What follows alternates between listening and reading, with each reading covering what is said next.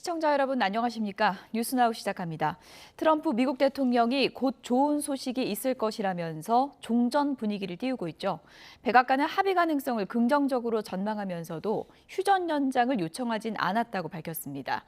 이란의 자금줄 묶기에도 계속 힘을 싣고 있습니다. 워싱턴에서 홍상희 특파원입니다. 이란 전쟁이 곧 끝날 거라는 낙관적인 메시지와 함께 트럼프 대통령은 군사작전의 당위성을 강조했습니다. I had to divert because if I didn't do that, right now you would have Iran with a nuclear weapon. And if they had a nuclear weapon, you would be calling everybody over there, sir. And you don't want to do that. 백악관도 이란과 생산적인 대화가 계속 진행 중이라면서도 미국이 휴전 연장을 요청했다는 보도는 사실이 아니라고 말했습니다. So I saw some reporting, again bad reporting this morning that we had formally requested an extension of the ceasefire. That is not true at this moment. We've remained very much engaged in these negotiations. 또 미국과 이란의 2차 회담 장소는 첫 회담 때와 같은 파키스탄 이슬라마바드가 될 것으로 전망했습니다. 대화 분위기 속에서도 이란의 자금줄을 재는 경제적 분노 작전에도 속도를 내고 있습니다. 스콧 베선트 미 재무장관은 먼저 국제 유가 폭등에 한시적으로 시행했던 러시아산과 이란산 원유 제재를 다시 유예하지는 않을 거라고 말했습니다. We will not be renewing the general license on Russian oil, and we will not be renewing the general license on Iranian oil. Because again, that was oil that was on the water prior to March 11th. Right. So all that has been used. 이란산 원유를 사들이거나 이란 자금이 은행에 있다면 2차 제재에 나설 수 있다며 중국 은행 두 곳에도 경고 서한을 보냈다고 밝혔습니다. 고유가 상황이 진정되려면 2달 이상이 걸릴 것으로 전망했습니다. 베선트 장관은 호르무즈 해협이 개방되면 일주일 내에 석유 수송이 재개될 수 있을 거라며 6월에서 9월 사이엔 다시 갤런당 3달러에 휘발유를 구입할 수 있을 거라고 내다봤습니다. 워싱턴에서 YTN 홍상입니다. 이란도 미국과 계속 메시지를 교환하며 소통하고 있다고 강조했습니다. 다음 주 안에는 2차 협상이 열릴 것이라는 언론 보도가 나왔습니다. 신용진 기자입니다. 이란은 중재국을 통해 미국과 간접적으로 계속 의견을 나누고 있다고 확인했습니다. تبادل پیام‌ها ادامه داره. از همان روز یکشنبه که هیئت نمایندگی جمهوری اسلامی ایران به تهران برگشت تا امروز پیام‌های متعددی از طریق واسطه پاکستانی 이란 외무부는 미국과 2차 협상 날짜는 아직 정해지지 않았고 휴전 기간 연장도 확정되지 않았다고 설명했습니다. 이런 가운데 트럼프 미국 대통령과 긴밀한 사이로 알려진 아심 무니르 파키스탄군 총사령관이 고위급 대표단을 이끌고 이란에 도착했습니다. 무니르 총사령관은 미국의 메시지를 이란에 전하고 2차 협상 의제를 함께 검토할 것으로 알려졌습니다. 미국 일간 월스트리트 저널은 사안에 정통한 당국자들을 인용해 미국과 이란이 만남에는 원칙적으로 동의했지만 구체적인 날짜와 장소는 아직 확정하지 못했다고 보도했습니다. 그러면서 2차 협상은 다음 주 이후일 것이라는 전망을 내놨습니다. 중재자인 셰바즈 샤리프 파키스탄 총리가 18일까지 사우디아라비아, 카타르, 튀르키예를 순방하기 때문에 그 뒤에 협상이 이루어질 거라는 겁니다. 파키스탄 매체 지오뉴스는 소식통을 인용해 2차 협상은 늦어도 다음 주 말까지 이슬라마바드에서 열릴 가능성이 크다고 전했습니다. 그러면서 2차 협상에 참석할 두 나라 대표단은 1차 협상 때와 같다고 보도했습니다. YTN 신웅진입니다. 미국과 이란의 종전 협상에 진전이 있었고 양측이 기본 합의에 조금 더 다가갔다고 미국의 정치 전문 매체 악시오스가 보도했습니다. 악시오스는 미 정부 관계자 2명을 익명으로 인용해서 이렇게 전하고 양측이 파키스탄과 이집트, 튀르키예 중재로 휴전 만료 시점인 21일 이전에 남은 의견을 해소하고 기본 합의에 도달하려고 노력하고 있다고 전했습니다. 15일에는 아심 무니르 파키스탄 육군 참모총장이 이끄는 대표단이 이란 정부 관계자들과의 회담을 위해서 테헤란에 도착했습니다. 다만 미국 당국자들과 중재에 정통한 소식통들은 양측의 견해차가 여전히 크기 때문에 최종 타결을 낙관하기는 이르다고 경계했습니다. 트럼프 대통령은 자신이 호르무즈 해협을 영구적으로 개방하고 있다며 역봉쇄 카드가 성공적이라고 강조했습니다. 미군은 세 번째 항공모함까지 중동으로 파견하면서 외교적 해결이 무산될 경우를 대비하고 있습니다. 워싱턴에서 신윤정 특파원입니다. 트럼프 대통령은 소셜미디어에 중국은 내가 호르무즈 해협을 영구적으로 개방하고 있는 것을 매우 기뻐하고 있다고 적었습니다. 그러면서 나는 중국과 세계를 위해 해협을 개방하고 있다고 덧붙였습니다. 미군의 이란 해협 역봉쇄로 제3국 왕래 선박들이 해협을 자유롭게 통과하고 있다는 주장입니다. 미 중부사령부는 지금까지 미군 봉쇄를 돌파한 이란 출항 선박은 단 한 척도 없고 병력 수천 명이 순찰을 이어가고 있다고 밝혔습니다. 트럼프 대통령은 미군의 경고방송 영상을 공유하며 작전 성공을 부각했습니다. We do not comply with this blockade, we will use force. The whole of the United States Navy is ready to force compliance. 트럼프 대통령은 또 시진핑 중국 국가주석이 이란에 무기를 공급하지 않겠다고 서한을 보냈다고 밝혔습니다. 서한 교환 시기를 밝히진 않은 채 몇 주 뒤 내가 베이징에 도착하면 시 주석이 나를 꼭 껴안아 줄 것이라고 말했습니다. And I wrote him a letter asking him not to do that, and he wrote me a letter saying that essentially he's not doing that. 정상회담을 앞두고 시 주석과의 친분을 강조하면서 5월 중순으로 조정된 방중이 예정대로 이뤄질 것이라는 자신감을 드러낸 것으로 보입니다. 이란과의 협상 재개 가능성 속에서도 미국은 군사적 압박을 고조하고 있습니다. 미 일간 워싱턴 포스트는 병력 6천 명이 탑승한 미군 항공모함 조지 H.W. 부시호가 2주 휴전이 끝나는 오는 21일쯤 중동에 도착한다고 보도했습니다. 중동 지역에 전개된 미 항모는 세 척이 되는 건데 휴전이 깨질 경우 이란을 향한 지상작전과 추가 공습에 대비하기 위한 포석으로 풀이됩니다. 워싱턴에서 YTN 신윤정입니다. 호르무즈 해협을 봉쇄해온 이란이 5만 여해를 이용하는 선박은 공격하지 않겠다면서 타협안을 내놨습니다. 미국의 역봉쇄 이후 유조선 한 척이 이 경로로 통과를 한 것으로 추정되고 있는데요. 막힌 뱃길이 열릴지 주목됩니다. 김잔디 기자입니다. 미국과 이란이 사실상 봉쇄한 호르무즈 해협에 미묘한 기류 변화가 포착됐습니다. 그동안 해협 전체에 대한 통행료 징수와 통제권을 주장하며 강경론을 고수해온 이란이 미국과의 휴전 협상 테이블에서 뜻밖의 제안을 내놨습니다. 로이터 통신은 이란이 최근 협상에서 합의가 성사될 경우 5만 여해를 지나는 선박에 대해서는 공격을 자제하겠다는 입장을 밝혔다고 보도했습니다. 기존 국제 항로 중 이란 본토에 가까운 북쪽 수로 대신 남쪽 5만 연한 좁은 수로를 이용한다면 안전을 보장하겠다는 취지입니다. 이미 실제 통항 사례도 있는 것으로 추정됩니다. 몰타 선적의 초대형 유조선 아기오스 파누리오스 1호가 현지 시간 15일 새벽 5만 여해 쪽 수로를 거쳐 페르시아만 진입에 성공했습니다. 미군이 이란 항구로 향하는 선박들을 전면 봉쇄한 이후 유조선이 해협을 통과한 첫 사례입니다.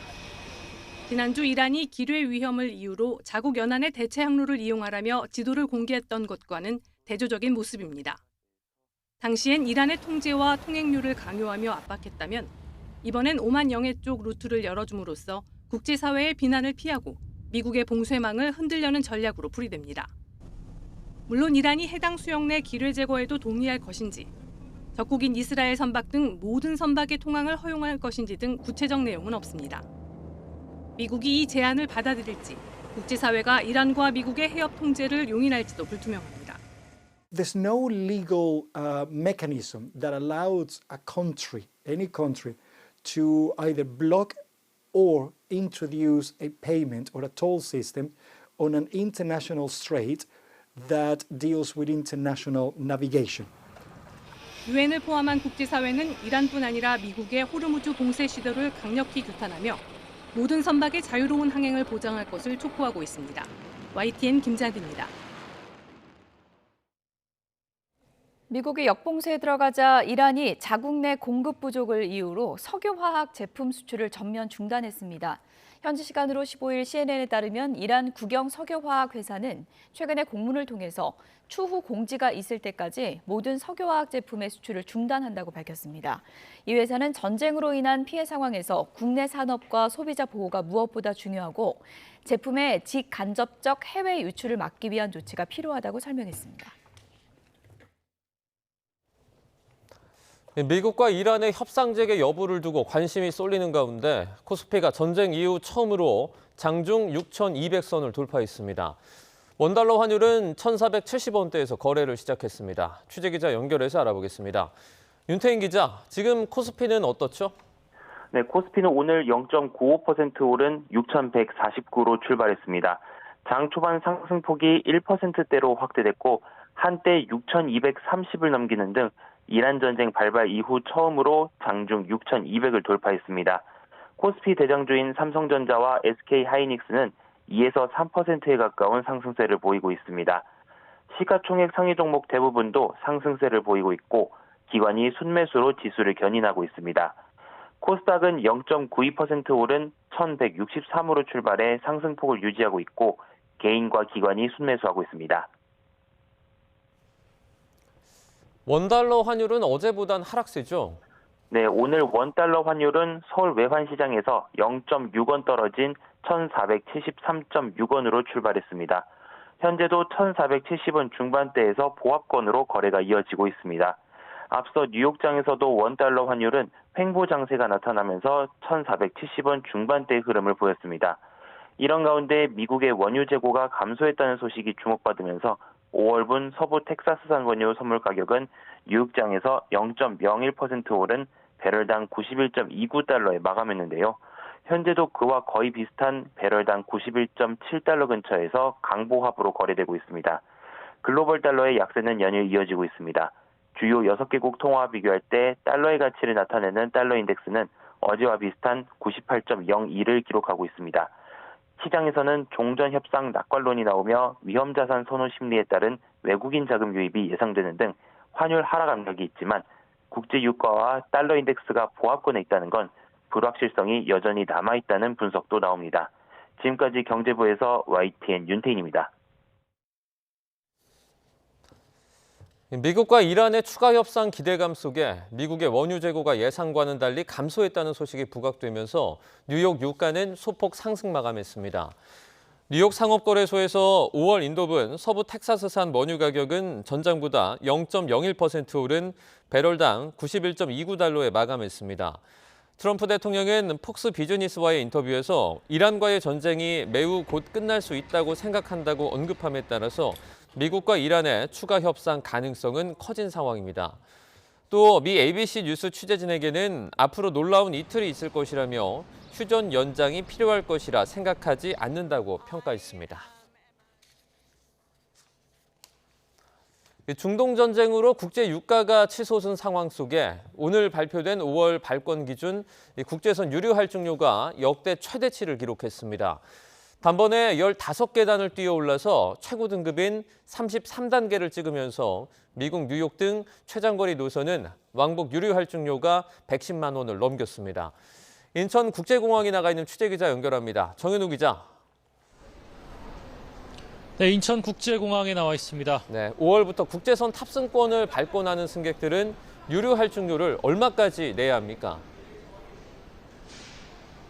네, 일단 대한항공과 아시아나가 오늘 오전 5월 유류 할증료 등급을 최고 단계인 33단계까지 올린다고 공지했습니다. 이는 18단계였던 4월 국제선 유류 할증료에서 단번에 15계단이나 치솟은 겁니다.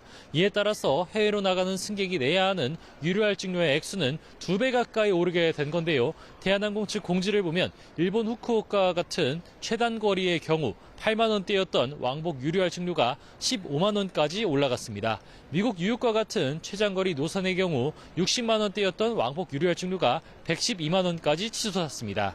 아시아나항공도 마찬가지로 LA 등 최장거리 왕복 비행의 경우 5월 발권부터 유류 할증료를 95만 원이나 부담해야 합니다. 네, 이렇게 국제선 유류 할증료 최고 단계 기록은 여태껏 없었던 일이죠. 네, 그렇습니다. 국제선 유류 할증료 최고 단계의 적용은 과거에 없던 초유의 사태입니다.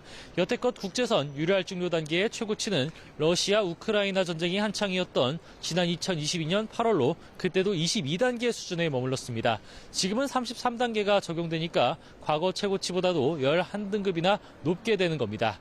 5월 국제선 유료 할증료는 3월 15일부터 한 달 동안에 싱가포르 항공유 평균 가격을 기준으로 이렇게 산정되는데요.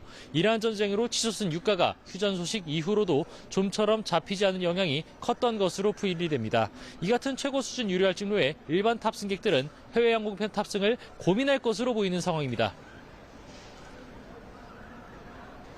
지금 일본에서 유학 중인데 부모님이 처음으로 비행기 가격이 올라가지고 부담스럽다라는 말씀을 하신 것 같아요. 네, 이에 항공사들의 경영 여건이 더욱 악화할 것으로 예상되는 가운데 국토부는 오는 20일 인천공항공사와 국적항공사 12개 대표자들과 함께 간담회를 열고 대책을 모색할 예정입니다. 지금까지 인천국제공항에서 YTN 정현우입니다.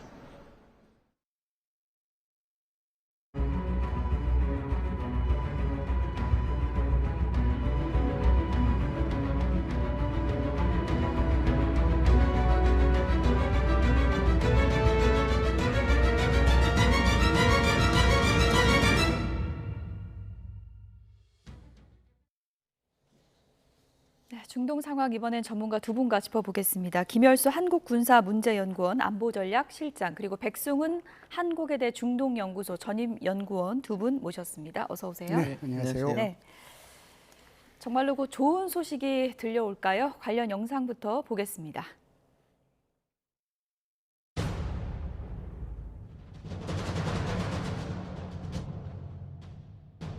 I view it as very close to over. You know what? If I pulled up stakes right now, it would take them 20 years to rebuild that country. And we're not finished. We'll see what happens. I think they want to make a deal very badly. تبادل پیام‌ها ادامه داره. پیام‌های متعددی از طریق واسطه پاکستانی 아바스 아라그치 이란 외무장관은 아심 무니르 파키스탄군 총사령관을 만나서 지난 주말 회담 결렬 이후에 미국과 파키스탄이 논의한 내용을 함께 검토했습니다. Saw some reporting, again, bad reporting this morning that we had formally requested an extension of the ceasefire. That is not true at this moment. We've remained very much engaged in these negotiations.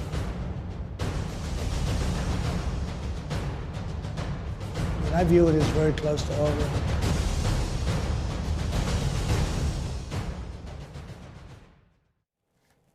지금 뭐 종전으로 가는 길목인 걸까요? 언제나 긍정적인 전망을 해주시는 김열수 실장님. 곧 끝납니까? 예, 곧 끝납니다. 아, 정말요? 네, 곧 확신에 끝났는데, 찬 어조로 말씀하시죠. 확신에 찬 어조로 제가 말씀드릴 수 있습니다. 이게 트럼프 대통령이 어제 그제 얘기한 것이 이틀 내에 좋은 소식이 있을 거다라고 얘기했거든요. 그게 이제 16일 오늘이에요. 근데 아직까지는 이제 좋은 소식은 없는 것 같고요. 두 번째 트럼프 대통령이 얘기한 것이 4월 말까지는 합의에 이를 것이다라고 얘기했잖아요.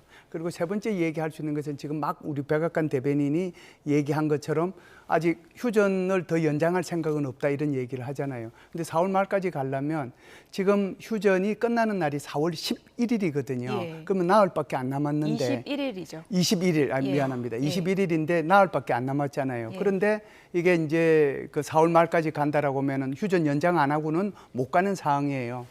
마지막 하나 더 말씀을 드리면 여기에 이제 벤스 부통령의 말이 굉장히 변수가 될 수 있는데 우리는 스몰딜을 하는 것이 아니라 그랜드 바겐을 하겠다라고 하는 거잖아요. 그럼 그랜드 바겐을 한다는 것은 지금 25개, 10개를 가지고 뭐 15개, 10개를 가지고 이렇게 줄여가지고 뭐 한다는 그걸 넘어선다는 거거든요. 이 말의 의미는 미국하고 이란하고 외교 관계를 이제 복원을 하고 미국 기업이 이란에 투자를 하고 미국하고 이란하고 같이 투자해가지고 천연자원 특히 이제 기름이 되겠죠. 그런 거 이제 개발하고 그렇게 되면은 미국이 이란을 공격할 수가 없게 되겠죠. 경제적 번영을 이룬다. 그렇죠. 이스라엘도 이란을 공격할 수가 없게 되겠죠. 이게 이제 그랜드 바겐인데 만일 그랜드 바겐으로 가게 되면 이 협상이 4월 말에는 못 끝납니다.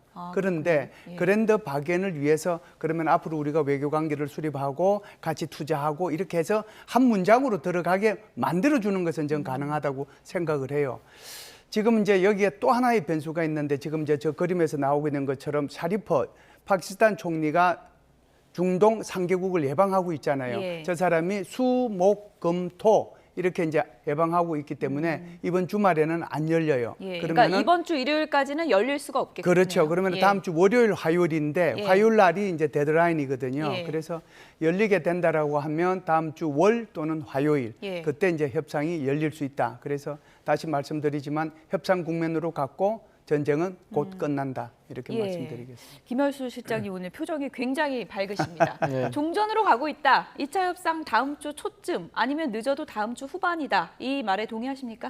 뭐 협상은 진행될 거고 저도 예.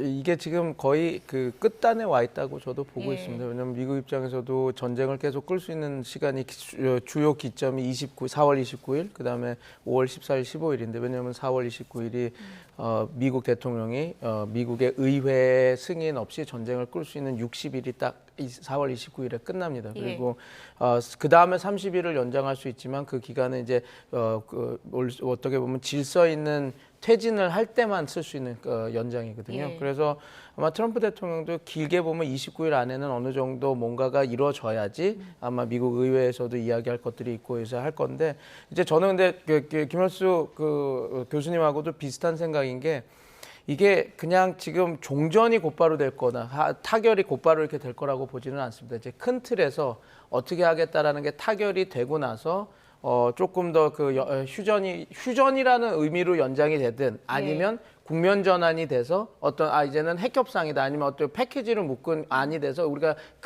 이 휴전안은 여기서 끝나는데 다음 협상 국면으로 넘어간다라고 하면서 좀 약간 시간을 늘릴 수 있는 그런 상황이 올 거라고 저는 그렇게 해야지 될 것 같습니다. 백악관이 휴전 연장에는 선을 긋는 발언을 했기 때문에 그 안에는 2차 협상을 좀 하겠다 그런 의지를 좀 보인 거라고 볼 수 있나요? 당연하죠. 2차 협상을 하고 왜냐하면 지금 이란도 지금 금토일을 자기네들이 비워뒀다고 지금 하거든요. 그렇군요. 대표단이. 그리고 지금 말씀하신 것처럼 파키스탄은 이번 주보다는 다음 주가 될 것 같다라고 해서 다음 주 자기네들은 다음 주에 될 거라고 이야기를 하고 예. 있고 트럼프 대통령은 뭐 이미 이틀 후에 될 것 같다고 했으니까 오늘 했어야 되니까 안 되는 거지만 이제 어찌 됐건 중재국 그다음에 이란 그리고 미국이 다 이 즈음에서 하기 때문에 저는 21일 휴전 종료일 전에 2차 고위급 회담이 열릴 것 같다. 그렇게 말씀드릴 겁니다. 또 하나의 청신호를 꼽자면 트럼프 미국 대통령이 판타스틱하다고 칭찬을 아끼지 않은 무니르 총사령관이 이란을 갔습니다. 이란에 가서 그 실무단을 만난 거잖아요. 빈손으로 가진 않았겠죠. 파키스탄의 지금 육군 참모총장인가요? 예. 그 사람이 트럼프 대통령으로부터 굉장히 신임을 받고 있는 사람이죠. 예. 그리고 또 이란하고 파키스탄 사이에도 관계가 좋고 그러니까 그래서 이제 이 사람이 지금 이란을 방문을 했는데 아무래도 이제 뭐라고 할까요? 협상의 이제 초안에 대한 내용을 가지고 이란을 좀 설득하러 간 게 지금 아닌가. 만나고 있는 장면이 나오고 있네요. 예. 네, 제가 볼 때는 이제 그런 생각이 드는데요. 예. 저 사람이 그냥 뭐 빈손으로 갔을 리는 없다라고 그렇죠. 생각합니다. 네. 트럼프의 최종안을 갖고 갔다고 그러던데 뭐 어떤 안을 갖고 갔을까요? 글쎄요, 추정을 이제 해보자면. 최종안이라고 예. 하는 것은 이제 크게 보면은 이제 뭐 두 개 다 합하면 25개가 되겠지만 그걸 줄이면은 한 5개, 그걸 더 줄이면은 결국 이제 2개로 종결이 되는 거거든요. 그러니까 이제 2개라고 하는 것이 이제 핵 문제하고 그리고 호르무즈 해협이 되지 않겠습니까? 그래서 호르무즈 해협 문제는 원래 상태대로 돌아가게 하는 거고요. 핵 문제가 이제 가장 이제 큰 문제가 되겠죠. 핵 문제는 크게 보면은 두 가지인데 하나는 60% 농축한 441kg을 어떻게 할 거냐 하는 건데 여기에 대해서 지금 논쟁이 많이 있어요. 미국으로 빼야 된다, IAEA로 보내야 된다, 러시아로 보내야 된다, 이란이 희석시켜야 된다. 이 네 가지 안 가지고 이란 입장에서 보면 희석을 원해요. 그런데 이제 미국은 자기가 이제 갖고 가기를 원하니까 아마 이 부분에 대해서 그래도 IAEA 정도면은 괜찮지 않겠느냐 그런 안을 가지고 갔을 수가 있고요. 두 번째는 이제 결국은 이란이 가질 수 있는 핵 농축에 대한 권리거든요. 이것을 이제 미국은 핵 농축 20년 동안은 절대로 안 된다라고 얘기했고 이란은 5년만 안 하기로 했다고 그러니까 그러면은 한 10년, 뭐 12, 13년 이 정도는 여유가 있잖아요. 그래서 그 정도 안이 좀 될 수도 있지 않겠는가 그런 생각을 합니다. 파키스탄 아심 무니르가 이란을 간 거 보면은 2차 협상도 파키스탄에서 열리지 않을까 그런 생각도 들고 또 한편으로는 이란 입장에서는 이 아심 무니르라는 인물이 워낙에 친트럼프고 트럼프가 노벨 평화상 받아야 된다고 주장하는 인물이다 보니까 파키스탄을 좀 싫어할 것도 같고 어떻습니까? 아니 그 아심 무니르라는 장군을 좀 이제 우리가 봐야 될 부분이 뭐가 있냐면 예. 아심 무니르 그 장군이 지금 육군 참모총장이긴 하지만 상군 합동 그 정보부 사령관이었습니다. 그러니까 그 어떻게 보면 그 파키스탄이 우리가 보통 보면 정보기관을 하면 뭐 CIA, MI6, 그다음에 모사드를 얘기하는데 어떻게 보면 이분이 이끌었던 파키스탄의 ISI라고 하는 삼군 그 통합 그 정보부가 상당히 유능하다고 그 국제사회에서 평가를 받고 있거든요. 그러니까 핵폭탄도 만들었고, 그러니까 그리고 또 그 아프가니스탄 전쟁이나 이런 것들에서 그런 역할들을 했고 그렇기 때문에. 이 문희리 장군이 그 사령관으로 하고 육군 참모총장도 하고 병참 사령관도 했어서 군부를 완전히 통제하는 사람 중 하나인데 그렇기 때문에 그 정보국 네트워크가 상당히 좋습니다. 미국도 그렇고 이란도 그렇고 그래서 어떻게 보면 이들과의 그 네트워크로 여러 가지 채널을 가동해서 보고서를 올릴 수 있는 능력도 있다라고 지금 얘기를 하고 있거든요. 거기다가 지금 문희리 장군이 왜 이게 이란이 여기를 믿느냐 하면 우리가 한번 복귀해 보면 이 협상 과정에서 어떠한 정보도 언론에 흘려지는 게 없었지 않습니까? 그렇죠. 그래서 이제 2차 협상이 시작될 때 20년, 5년이었다. 그리고 그것 때문에 그랬고 동결 때문에 문제가 됐다. 여러 가지 얘기가 나오는데 협상 국면에서는 전혀 1차 협상 국면에서 나오지 않았거든요. 보안이 철저하다. 보안이 철저하고 그런 것들. 왜냐하면 이게 왜 상당히 중요하냐면 이 신뢰가 구축되지 않은 두 당국이 이렇게 이야기를 할 때 그런 정보들이 잘못 흘러가면 특히 이란 쪽에 같은 경우는 이제 보수 강경파들이 언제든 흔들 수 있는 그 국면에서 중간에 어떤 이야기가 나오면 이게 그 여론이나 그런 서사들이 바뀔 수가 있거든요. 그런 것들을 철저하게 통제를 하고 그렇게 하고 그다음에 지금 이란 측에서도 걱정했던 게 이번에도 협상단이 엄청나게 많게 꾸려지는데 이게 다시 왔다가 다시 돌아갈 때 이스라엘이나 미국의 정보부에 의해서 위치가 추적되고 해서 우리가 다시 암살 그 작전, 참수 작전에 당하는 거 아닌가 걱정이 있어서 그러니까 문희리 장군과 그 정보부가 완전히 군사 작전 하듯이 그러니까 항로도 바꾸고 그다음에 그 비행기 편도 다른 걸로 태우고 오면서 이런 안보를 충실히 했거든요. 그래서 물론 말씀해 주신 대로 문희리 장군이 트럼프 대통령의 신뢰라고 가까운 사이지만 이렇게 그 철저하게 통제를 하고 보안을 하고 이렇게 했기 때문에 이란 측에서도 신뢰를 많이 갖고 있는 인물이라고 보시고 그렇게 일들을 해냈기 때문에 이번에도 이슬라마바드에서 협상이 진행될 가능성이 상당히 높다. 그렇게 보시면 될 것 같습니다. 양쪽의 신뢰를 얻으면서 뭐 이번 협상 국면의 키맨으로도 등장한 인물인 것 같은데요. 트럼프 미국 대통령이 언론 인터뷰에서 이 핵 문제 부분에 대해서 굉장히 낙관적인 견해를 드러냈습니다. 어떤 내용인지 들어보시죠. I had to divert because if I didn't do that, right now you would have Iran with a nuclear weapon. And if they had a nuclear weapon, you would be calling everybody over there, sir. And you don't want to do that. I think gas prices will be lower before the midterm elections. I think they'll be much lower before midterm, much lower, yes. I mean, that's on the assumption that we stop a country that cannot have a nuclear weapon from. If you give Iran a nuclear weapon, you want to see bad stock markets? You won't have a country. The world will be blown up. You can't do it. You cannot do it. So one of the reasons I was so successful in my first term is I was able to keep gasoline prices down. I was able to keep energy down. 네, 트럼프 미국 대통령이 정말 관심이 있는 건 경제겠죠. 네. 중간 선거 전에 휘발유 가격 내려간다. 정말 많이 내려갈 것이다. 라는데 본인의 기대일까요? 아니면 종전을 빨리 해서 그렇게 만들겠다는 뭐 의지일까요? 어떻게 보십니까? 네, 종전이 빨리 되면 그렇게 이제 될 가능성이 굉장히 높죠. 사실상 트럼프 대통령이 이게 두 번째 임기를 시작할 수 있었던 것도 휘발유 가격하고 직접적으로 연동이 되는 거거든요. 바이든 정부 때 휘발유 가격이 갤런당 4달러를 넘어섰습니다. 그래서 트럼프 대통령이 자기가 이렇게 대통령 되면 이런 것들을 다 낮추겠다고 그랬고 실제로 이제 여러 가지 정책을 추진한 결과 2.5달러까지 떨어졌거든요. 말이 그렇지 4달러를 넘다가 2.5달러까지 떨어진 것은 대단한 겁니다. 그런데 지금 어떤 문제가 생기느냐 하면 지금 동부 지역에는 갤런당 4달러가 조금 넘고요. 서부 지역은 지금 5달러를 위협하고 있는 그런 상황이거든요. 만일 이대로 가면은 중간 선거에서 지는 것은 불을 보듯 뻔하죠. 그렇기 때문에 트럼프 대통령이 중간 선거 전에 줄어들 것이라고 얘기를 했고 또 다른 이제 강요들도 곧 이제 3달러대를 보게 될 것이다라고 얘기를 했거든요. 결국 이제 호르무즈 해협이 개방이 되고 그렇다라고 하면은 전반적으로 이제 휘발유 가격을 포함해서 전체적인 기름 가격이 다 안정화되지 않겠습니까? 거기에 이제 원유로부터 뽑아내는 모든 산물들도 다 안정화될 거기 때문에 저렇게 자신 있게 얘기하는 게 아닌가 이렇게 봅니다. 네. 첫 임기 성공했던 게 이제 휘발유 가격 낮게 유지해서다. 이제 본인도 스스로 이제 그렇게 분석을 하고 네. 있는 상황이고 인터뷰 내용을 쭉 보면은 나는 세계를 위해서 헌신한 용기 있는 지도자인데 그걸 너무 몰라준다. 그런 내용을 이제 반복을 하면서 이란 핵 문제가 내가 용기가 있었기 때문에 방향을 돌릴 수 있었던 게 아니냐 이렇게 계속 거듭 주장하고 있거든요. 네. 그 부분은 어느 정도는 좀 인정을 하십니까? 어떻게 보십니까? 저는 전혀 인정은 하지는 않습니다. 예. 근데 왜 그러냐면 이미 그 미국 정보부에서도 다 이야기가 나오지 않았습니까? 그 진짜로 이미넌트 트레트였냐? 이란 핵이 그렇게 진짜 핵무기 수준의 위협이었냐라고 했을 때 다 아니라고 또 예. 했었거든요.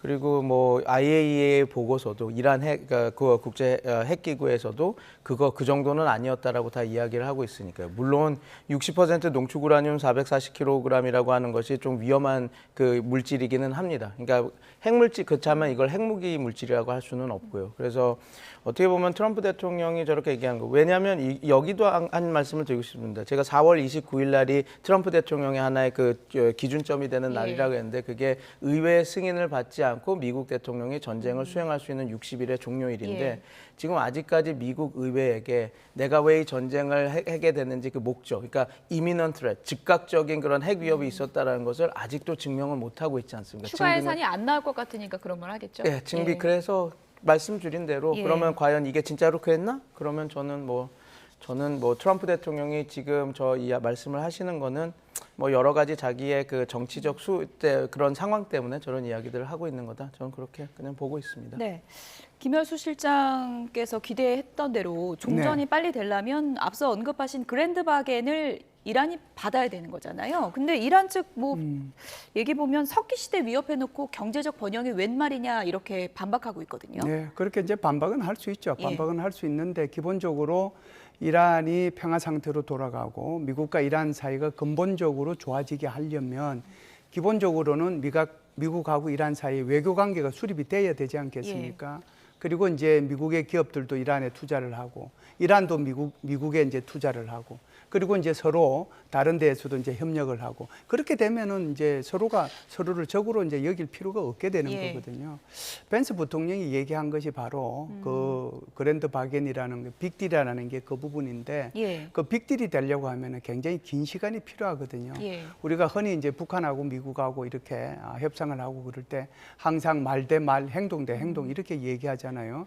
그렇다라고 하면 이번에 종전 이렇게 하기 위한 협상에서 이렇게 이제 정확하게 이 행동 대 행동에 대한 구체적인 로드맵 정도는 나오지 않겠는가. 그 속의 하나로서 미국과 이란 사이의 어떤 그랜드 바겐의 그런 내용들도 좀 포함이 될 수 있겠다. 그래야 이제 완전히 이제 전쟁이라는 게 없어지는 거니까요. 이란으로서는 불편하겠죠. 석기 시대 얘기했다가 갑자기 이게 무슨 말이냐라고 얘기를 하겠지만 그거는 제가 뭐 볼 때는 소수의 의견이라고 보고요. 기본적으로는 그 방향은 맞다라고 봅니다. 아심 무니르가 지금 이란에 가 있으니까 이란 그 대표단과 어떤 얘기가 나눌지 그 얘기가 이제 상당히 좀 변수가 될 것 같은데 1차 협상을 연 게 본의 아니게 이란 지도부를 도와줬다 이런 보도도 나오고 있습니다. 그러니까 암살당할까 봐 한 자리에 못 모였는데 그때 오랜만에 한 자리에 모였다는 거예요. 네네. 그래서 그 여러 가지 이야기들을 나눌 수 있었다라고 해서 그래서 지금 말씀드린 대로 그 아심 무니르라고 하는 어떻게 보면 육군 참모총장이 큰 역할들을 하고 있다라고 보시면 될 것 같습니다. 지도부 회의 자리였군요. 지도부 회의 자리에서 그래서 그런 것들을 이제 딱 하고 어떻게 보면 아락치 그 외무상을 갈리바프를 만난 게 아니라 아락치 외무상을 만난 거는 그 의미가 확실하다고 봅니다. 뭐냐면 지금 김 교수님께서도 말씀 주셨지만 이 협상의 가장 중요한 거는 농축 우라늄 프로그램, 핵 프로그램이거든요. 근데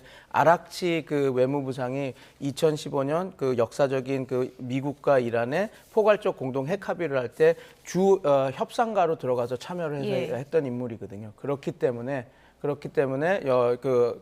아심 무니르가 그 미국 측의 의견을 갖다 줬고 그리고 그거에 대해서 가장 디테일하게 이야기할 수 있는 그 아락치를 만나서 어떻게 정보 회담이 됐으니 아마 문희르 그 장군께서 이제 돌아가서 트럼프에게도 직보를 할 수 있고 다양한 채널, 정보 채널을 이용해서 이제 위로 올릴 거다. 저는 그렇게 보고 조금 있습니다. 전에 그래픽 하나 다시 한번 좀 보여주실까요?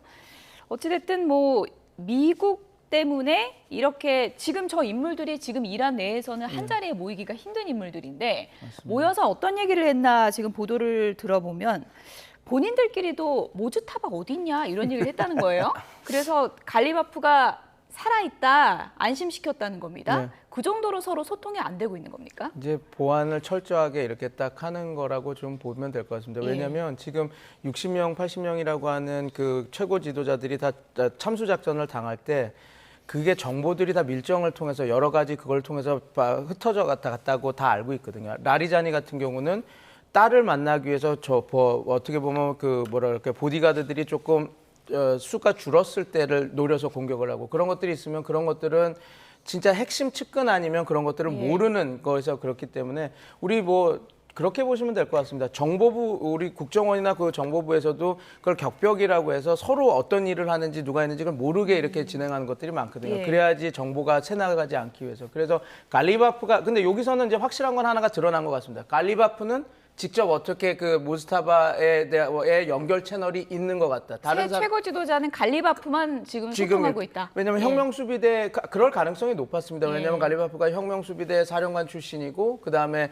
그런 보수 엘리트들에 대해서 그 관력까지요. 그렇게 연결성이 높은 사람이었기 때문에 아마 그렇기 때문에 갈리바프가 모스타바와 이야기를 하고 있을 거다라고 했는데 이번에 하나의 단초가 됐죠. 갈리바프가 모스타바가 하고 있다. 다른 강요들 걱정하지 말아라 이렇게 얘기했더니 뭐 또 이런 그 국면에서 또 하나의 그 정보들이 흘러나오는 그런 거라고 보시면 될 것 같습니다. 어쨌든 저 보도가 맞다면 이란 지도부 사이에서도 모즈타바가 살아있나 이게 화제였다는 사실을 저희가 새삼 깨닫게 됐습니다. 이 바쁜 와중에 트럼프 대통령이 편지를 보낸 사람이 있습니다. 관련 영상 보시죠. No, but we have a very good relationship with China. He would like to see this ended also. He certainly wants it ended. 호르무즈 해협 역봉쇄에 들어간 미국. 개선 장군처럼 베이징에 입성하지 못할 경우 석유 통로라도 막고 있어야 협상력이 생기기 때문입니다. 트럼프 대통령은 중국은 내가 호르무즈 해협을 영구적으로 개방하고 있는 것을 매우 기뻐하고 있다고 적었습니다. And I wrote him a letter asking him not to do that. And he wrote me a letter saying that essentially he's not doing that. 서한 교환 시기를 밝히진 않은 채 몇 주 뒤 내가 베이징에 도착하면 시 주석이 나를 꼭 껴안아 줄 것이라고 말했습니다.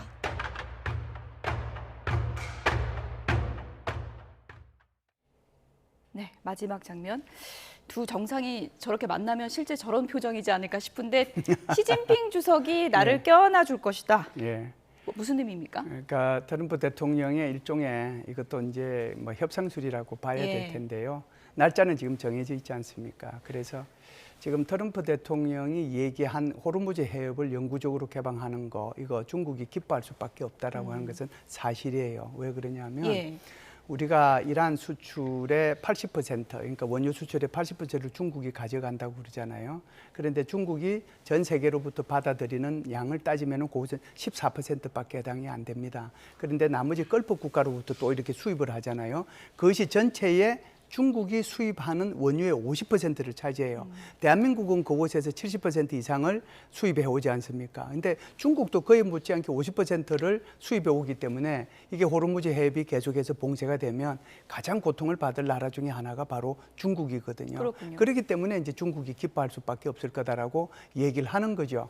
그리고 이제 무기에 대해서도 지금 얘기한 것이 야, 이거 진짜 너 대공 무기 괜찮용 그거 보냈냐? 그러니까 안 보냈다라고 이제 얘기를 한 거거든요. 근데 왜 뭘 서신까지 보냅니까? 증거 남기는 겁니까? 글쎄요, 아무래도 이제 그것을 전화로 하기가 조금 이제 불편해서 그런지 모르겠는데 하여간 서신을 보내니까 그런 식으로 이제 아마 답신이 온 것 같습니다. 그래서 결국은 저것이 15일 날 이제 5월 15일이죠. 14일, 15일 1박 2일 동안에 미국하고 중국하고 정상회담할 때 오히려 주도권을 잡기 위한 그런 이야기이지 않는가. 내가 중국을 위해서 이렇게 크게 노력을 했다. 너는 한 게 뭐 있느냐. 그러니까 여러 가지 이제 의제 중에서 내한테 양보할 거 양보해라.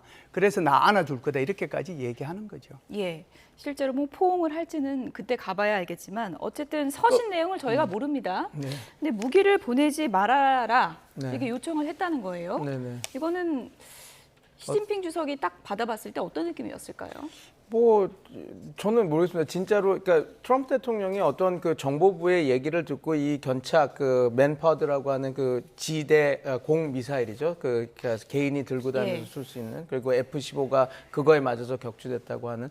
그래서 이제 아마 그런 정보들이 있었기 때문에 얘기를 했고 시진핑 주석은 두 가지였겠죠. 진짜 아니었다면 아니었다라고 얘기를 했을 거고 좀 억울했겠죠, 억울했을 거고 만약에 진짜라고 했으면 어떻게 걸렸지라고 하는 그런 생각을 하지 않았을까 싶습니다. 근데 저는 아마 우회적으로 무기가 들어갔을 거라고 저는 봅니다. 그래가지고 그 3자를 통해서 이렇게 들어갔을 가능성이 높아서 트럼프 대통령이 그것을 확실히 하기 위해서 확실히 단도리 하기 위해서 이렇게 서신을 보냈다라고 저는 그렇게 보고 있습니다. 지난번에 1차 협상 열릴 때 중국이 상당 부분 역할을 했다라고 알려졌잖아요. 네. 이번에 추가 협상 열리고 종전을 하는데도 중국이 역할을 할까요? 당연히 역할을 해야 될 겁니다. 이란 입장에서 그 국가 재건을 하기 위해서는 물론 이제 미국과 협상을 통해서 경제적 유인을 받아내기 위해서 그게 동결자금 해제라든지 그런 걸 하겠지만 만약에 이게 제재가 풀리게 되면 이 모든 그런 인프라나 이런 것들을 와서 도와줄 수 있는 나라는 그런 역량을 가진 나라는 중국이거든요. 미국이 직접적으로 벤스 부통령이 우리가 가서 해주겠다라고 하지만 신뢰가 구축돼 있지 않기 때문에 오히려 이란 측은 이게 어떨지 몰라서 얘네들이 들어오게 되면 우리의 정보나 이런 것들이 다 유출될 수가 있다 그래서 중국이 필요하기 때문에 실질적인 국가 재건이나 이런 것들을 하기 위해서는 중국의 개입이 상당히 필요하기 때문에 지금 트럼프 대통령이 상당히 우호적으로 시진핑 주석에게 저렇게 그 메시지를 날렸다라고 저는 그렇게 보고 있습니다. 종전으로 가는 길목에서 이제 우려되는 사람 한 명은 네타냐후잖아요. 네네. 종전으로 가는 길에 계속 고춧가루 뿌리지 않을까 그런 생각이 드는데 예. 미국이 나한테 매일 협상 결과 보고했다 이런 내용까지 얘기를 해가지고 굉장히 파장이 커지고 있어요. 글쎄요, 이게 지금 뭐 사실일지 아닐지 모르겠는데 그것을 이제 네타냐후 총리 스스로가 밝혔다는 데 문제가 있는 거죠. 벤스 부통령이 회담을 마치고 돌아가는 길에 비행기 안에서 직접 아마 전화를 한 것 같습니다. 그러다 보니까 네타냐후 총리가 나는 벤스 부통령으로부터 전화로 보고를 받았다 이런 식이 되거든요. 그러다 보니까 이제 미국 내에서 이제 거기에 대한 비판이 있을 수밖에 없는 거죠. 아니 이게 뭐 트럼프 대통령한테 보고한 거야 당연한 거지만 그걸 가지고 돌아오는 길에 하면 그게 전부 다 이제 노출이 되는 거잖아요. 아무리 비밀 통화기를 가지고 쓴다고 하더라도 이게 공간 속에서 이게 노출이 될 수 있는 거기 때문에 한계가 있는 거거든요. 아마 이 부분에 대해서 이제 미국 내에서 이제 좀 파장이 있는 것 같습니다. 예. 네타냐후 총리 관련 발언도 논란이지만 트럼프 미국 대통령도 하루가 멀다 하고 본인에게 관심이 멀어질까 봐 두려워하는 것 같습니다. 간밤에 또 SNS 사진을 하나 올렸는데요. 이번엔 예수에 안긴 트럼프입니다. 직접 보시죠. 네, 눈을 감고 있는 트럼프 대통령을 예수가 감싸 안으면서 머리를 맞대고 있죠. 후광이 비치는 가운데 뒤에서는 성조기가 펄럭이고 있고요. 앞서 자신을 예수에 빗댄 듯한 이미지를 올렸다가 논란이 일자 삭제를 한 뒤에 이틀 만에 이런 이미지를 올린 겁니다. 트럼프 대통령은 급진 좌파 광신도들이 이걸 좋아하지 않을지도 모르지만 나는 꽤 괜찮다고 생각한다라고 적었습니다. 이 이미지는 다른 SNS에 게시된 이미지를 가져온 건데요. 해당 게시물엔 신께서 트럼프 카드를 꺼내신 게 아닌가 생각이 든다라는 문구가 함께 적혀 있었습니다. 트럼프 대통령이 이번 이미지를 잇따라 올린 건 교황과의 날선 신경전으로 인한 가톨릭 신자들의 비판을 잠재우려는 게 아닌가 이런 분석이 나오고 있습니다. 예수에 안긴 트럼프입니다. 이번엔 논란이 좀 잠재워집니까? 이렇게 생각할 것 같습니다. 그 미국의 기독교인들은 트럼프를 좋아서 믿는 것은 아니거든요. 근데 이제 그 성경에 남은 고레스 왕이나 이렇게 이단이었지만 그 하나님께서 그들을 그 왕을 쓰셔서 그 기독교인들, 유대인들에게 좋은 역할들을 했던 왕들이 있는데 아마 그 카드를 쓰면서 조금 좀 그 지금 비난을 좀 줄이려고 하는 그 모습이라고 보입니다. 왜냐하면 자기가 예수와 같은 동급에서 이렇게 하시 아니라 하나님께서 아니면 예수 그리스도가 트럼프 카드 나를 이렇게 들고 쓰신다라고 딱 하는 걸 딱 보여줌으로써 본인을 그냥 한 단계 낮추는 거죠. 예. 낮추고 그래서 그런 것들을 하려고 하는 얘기를 한 거 아닌가. 그래서 어떻게 보면 이 모든 국면이 특히 그 예수 그리스도와 자기를 동급하고 이렇게 한 모든 국면이 좀 좋지는 않은데 그나마 그래도 어느 정도 저 그림은 지지자들, 트럼프 대통령을 지지했던 그 기독교 세력들한테는 어느 정도 먹히는 하나의 그런 밈이 아닐까 저는 그렇게 생각합니다. 내가 그렇게까지 신성모독하는 사람은 아니다. 그걸 보여주려고 올린 것 같은데 비판이 더 거세질까요? 좀 잠잠해질까요? 저는 생각이 조금 다른데요. 그러니까 나는 선거 유세할 때 이렇게 이제 죽을 뻔했던 고비를 2번이나 넘겼다. 그래서 예수님께서 나를 보호해 주신다. 저것을 이제 다르게 해석을 하면은요. 지금은 이제 한 단계 좀 낮은 차원에서 나는 예수가 아니고 예수님께서 나를 보호해 주신다 이런 식으로 해석을 할 수 있지만 반대로 예수님께서 보호해 주는 사람은 교황이 아니고 나다 이런 얘기거든요. 예. 그래서 저것이 이제 교황이 아니고 그렇죠. 나다. 예. 예수님이 보호해 주는 것은 교황이 이제 이게 이제 쭉 이렇게 내려오는 거잖아요. 예. 내려오는 건데 교황이 아니고 바로 나다 이런 거기 때문에 저게 이제 5천만 미국 내의 천주교 신자들 14억 가톨릭 신자들한테는 좋게 보일 리는 없을 것 같습니다. 차라리 안 올렸는 것이 오히려 더 낫지 않았을까라는 생각은 합니다. 네, 저걸 또 내리는지는 좀 지켜봐야 될 것 같고요. 예. 내리진 않을 것 같은데. 어쨌든 트럼프 미국 대통령 참 기괴한 신념을 가진 사람이다. 이런 얘기 많이 나오고 있는데 황당한 신념의 참모들이 경악한 일이 또 있습니다. 보여주시죠. 네. 메멧 오즈 메디케이드 서비스 센터 국장이 한 얘기입니다. 얼마 전 대통령 전용기에서 트럼프 대통령이 나를 불렀다. 책상 위에 오렌지색 탄산음료가 놓여 있었는데 트럼프 대통령이 쑥스럽게 웃더니 이건 내 몸에 좋아. 암세포를 죽이거든. 탄산이 항암 효과가 있다라는 트럼프 대통령만의 신념을 얘기했다라는 일화예요. 글쎄요, 저는 트럼프 대통령이 워낙 뭐 기괴하신 분이라 참 이해가 안 되기는 안 되는데 저분은 뭐 술 안 드신다는 건 세상이 다 아는 거고요. 오로지 그냥 코카콜라만 이제 드신다는 거 아닙니까? 그런데 저분의 일을 조금 더 확장해서 보면요. 지난번에 이제 코로나 사태가 1차 임기 때죠. 코로나 사태가 번졌을 때 코로나를 죽이는 거 세제 같은 거 먹으면 코로나 그거 죽인다고 얘기까지 했잖아요. 그래서 그 연장선상에서 저렇게 얘기를 하고 있는 건가? 저걸 이제 코카콜라 먹으면 암세포 죽인다고 얘기하는 건가? 저렇게 얘기하면 다시 이제 그 식약청장인가 이런 분들이 다시 또 얘기하겠죠. 이것은 과학적으로 과학적으로 이게 증거가 없는 거니까 조심하십시오. 아마 이게 뭐 오늘 내일 정도는 나올 것 같습니다. 예. 국제 만찬 행사에서도 그래서 각국에서 트럼프 대통령 온다고 하면은 콜라를 준비하잖아요. 네, 그렇죠. 네, 예. 항상 그랬죠. 지난해 경주 왔을 때도 네. 그랬고요. 예. 예. 다른 분들은 다 이제 경주에서 만든 그런 술인데 트럼프 대통령 앞에는 항상 콜라가 가 있었죠. 네. 뭐 트럼프 미국 대통령 이게 뭐 보도된 내용이니까 그냥 그대로 전해드리면 다이어트 탄산음료를 잔디에 부으면 잔디가 죽는다는 점을 언급하면서 그래서 암세포를 죽일 수 있다. 이게 이제 트럼프 미국 대통령의 논리라는 거예요. 네, 그런 세포라면 정상 세포도 죽일 수 있는 거기 때문에 암세포만 죽이겠습니까? 예. 그래서 제가 볼 때는 트럼프 대통령이 그냥 그 측근들이 저는 이거 같습니다. 탄산음료를 먹지 말라고 의사들이 얘기를 했는데 먹다가 걸렸으니 괜히 멋쩍어서 저런 이야기를 한 것도 아닐까? 왜냐하면 저희가 어떤 맥락에서 저런 얘기를 하는지는 잘 모르니까. 그런데 어찌됐건 조금 앞뒤가 맞지도 않고 그다음에 사실관계도 맞지 않는 이야기였다라고 볼 수 있을 것 같습니다. 네. 국내 최고의 국제정세 전문가분들에게 제가 이거 제로 콜라를 여쭤봐서 죄송합니다. 이게 의학적 근거는 전혀 없고 트럼프 미국 대통령의 얘기라는 점을 끝으로 전해드리겠습니다. 지금까지 김열수 한국군사문제연구원 안보전략실장, 백승훈 한국외대 중동연구소 전임연구원 두 분이었습니다. 고맙습니다. 감사합니다.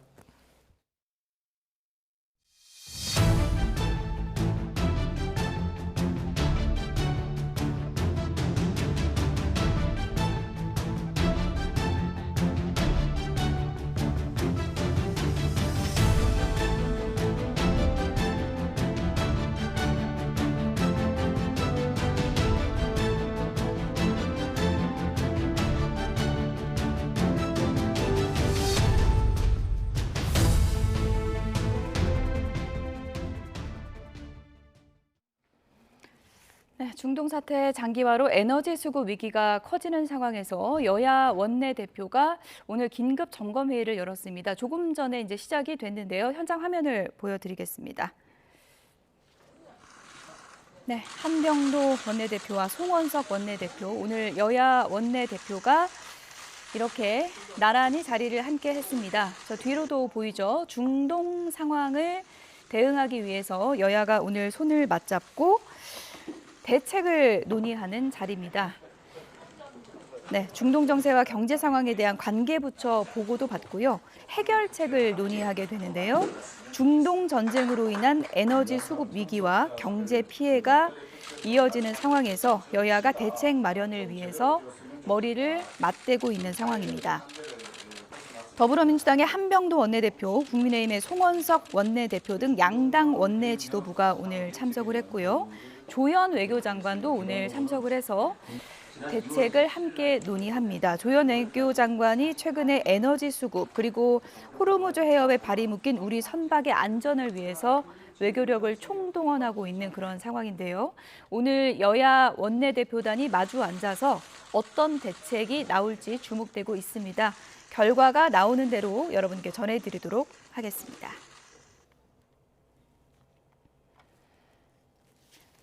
네, 미국과 이란 2차 협상 분위기가 짙어지는 가운데 이번에도 파키스탄이 협상 장소로 꼽히고 있습니다. 중재에 바쁜 파키스탄 총리는 주변국 순방에 들어갔는데요. 현지에서는 이르면 이번 금요일에 협상이 열릴 수도 있다. 이런 예측이 나오고 있습니다. 1차 종전 협상이 열렸던 파키스탄 현장, 권준기 기자가 다녀왔습니다. 1차 종전 협상 당시 샤리프 파키스탄 총리가 미국과 이란 대표단을 각각 맞이했던 접견실.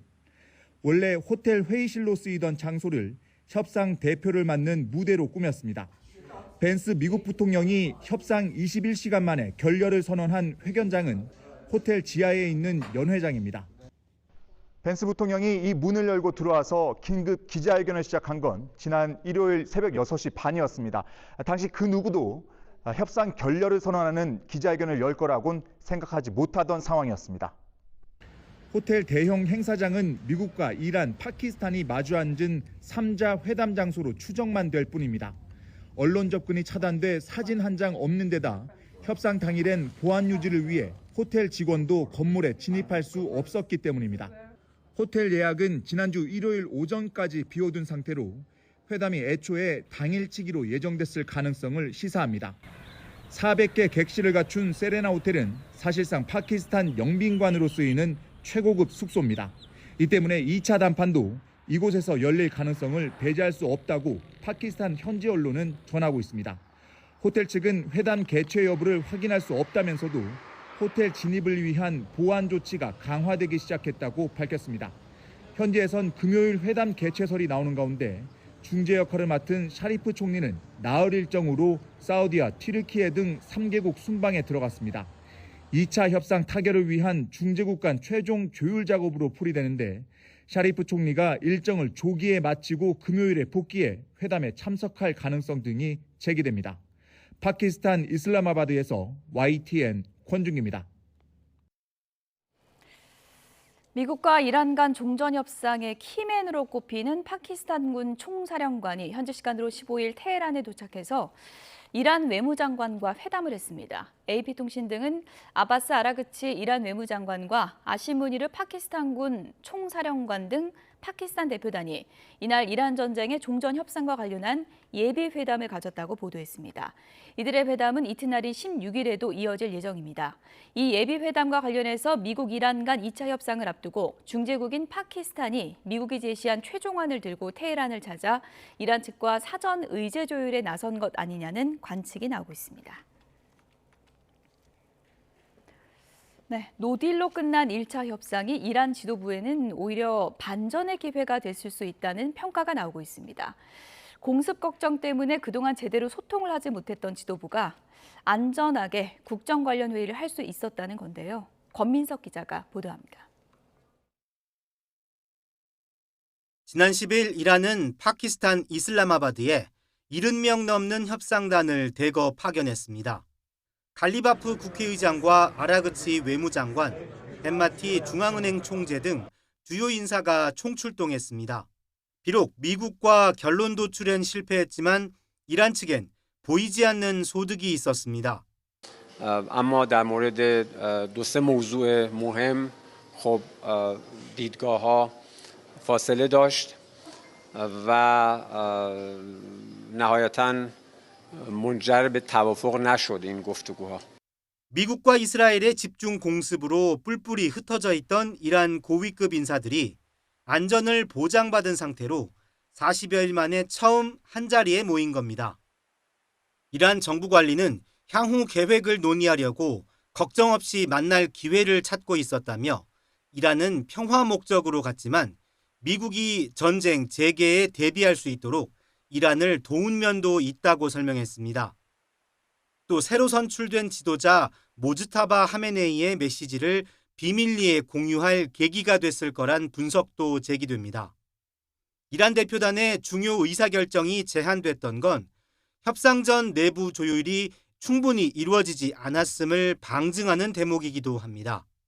What we figured out is that they were unable, I think the team that was there was unable to cut a deal, and they had to go back to Tehran, either from the supreme leader or somebody else, and actually get approval to the terms that we had set. 다만 미 정보당국은 협상에 참석한 이란 지도부 행적을 일일이 추적 감시한 거로 알려졌습니다. 이 때문에 이란에선 평화협상이 최종 결렬되면 이들이 최우선 공격 표적이 될 수 있다는 우려도 함께 나옵니다. YTN 권민석입니다. 미국에서 망명 중인 이란 팔레비 왕조 마지막 왕세자 레자 팔레비가 이란 정권과의 협상 중단을 촉구했습니다. 팔레비는 영국 더타임스 기고문을 통해서 무너져가는 이슬람 정권의 잔존 세력과 협상하려는 움직임이 감지돼 유감스럽다며 이같이 밝혔습니다. 특히 미국과의 종전 협상을 이끄는 이란의 갈리바프 의회 의장을 지목한 뒤 갈리바프가 안정을 도모할 수 있다고 보는 건 이슬람 정권의 본질을 오해하는 것이라며 죽음과 억압의 시스템은 그대로 유지될 것이라고 지적했습니다. 미국과 이란의 종전 협상에서 중요한 걸림돌이었던 레바논 문제도 돌파구가 마련될지 주목되고 있습니다. 트럼프 대통령의 압박 속에서 이스라엘과 헤즈볼라가 일주일 정도의 초단계 휴전에 합의할 것이라는 보도가 나왔습니다. 유투건 기자입니다. 레바논 남부로 진입한 이스라엘 지상군은 며칠째 헤즈볼라의 거점을 포위한 채 공격을 퍼붓고 있습니다. 안보관계 장관회의를 소집한 네타냐후 총리는 함락이 임박했다고 발표했습니다. אנחנו עומדים להכריע את בן ג'בייל, אנחנו עומדים בעצם לחסל את המעוז הגדול הזה של חיזבאללה.